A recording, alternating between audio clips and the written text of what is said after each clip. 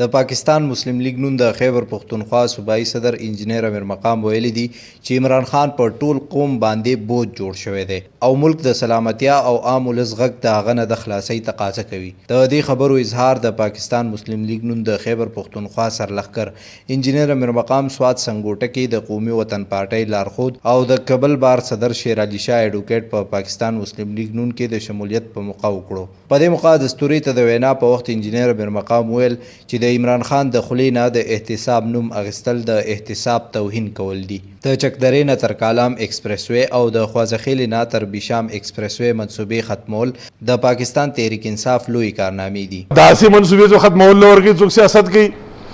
زه خو قسم مې په الله کې زه په کوم کابینټ کې او زما داسې دوه منصوبې چا ختمولې ما خو په کابینټ لعنت لګولې چلګه د سواد دوه منصوبې د شاغلې د سواد د ملکن دا ختمېږي څنګه چې ما په کسټم ایکټ کې په ویلو دا صرف په دې خبرونه کېږي زه تقریرونه وکړم دا د عمل شی دی. نو که زما دوه ایکسپریس ویز منصوبې چې زما د بچو فیوچر د هغې سره وابسته دی د دې علاقې مستقبل د هغې سره د یو سړي پلار به داسې راغلی و چې ما زه به وزیر اعظم بیا زه به هغې وزیر وم لا او یاره زه سیوینګ کوم ما به سیوینګ د دې نه شروع کوم چې دا دوه پکې په زول دا دې لرې کړه څومره د شرم او افسوس خبره خو چاته سیاست کې خلک بیا خبرې کې زه حیران یم. ما خو تاسو ته بالکل حلفه نه وي زه ما به لعنت لګولې په هغې مې تو وم چې یاره ته زما منصوبې څنګه وباسې یار د مخکې نه به پی ایچ ډي پي کې شاملې دي لوکیشن یې موجود دی چې زه نوې نشم ورکولی زړې څنګه وباسم دا ډېر درناک منظر دی او درناک واقعیت. زما خپل په دغه څه کار نشي که زموږ څومره هر څومره وکټمایزیشن وشو موږ ته هر څومره تکلیف میلاو شو دغه به د خلکو ایجنډایي سوچ به خو ما ته ضرور دا درد دی ما ته ضرور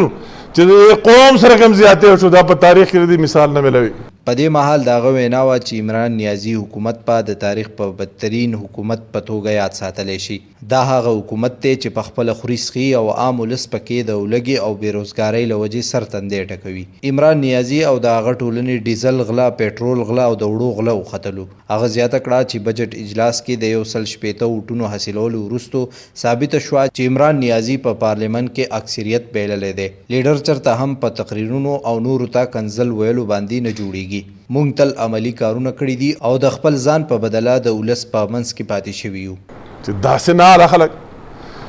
او دوی ته دا نشي پته چې خلک په تقریرونو نه دوکږي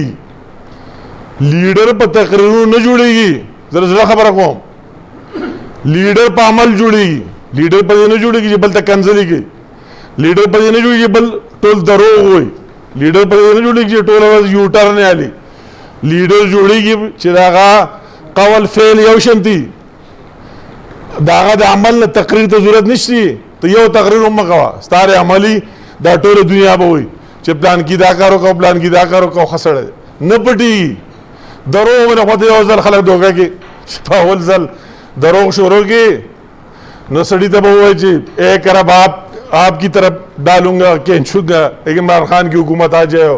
نوکریاں اس طرح ہوں گی افلا ہوگا یو پر دروغ خلک بری وایي چې رښتیا وایي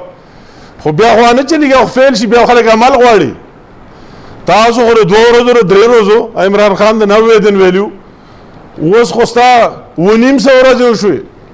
دستورکې فضل الرحمن نونو ارشاد خان قیموس خان قوي خان محمد علي شاه او نور مشران هم شریک وو.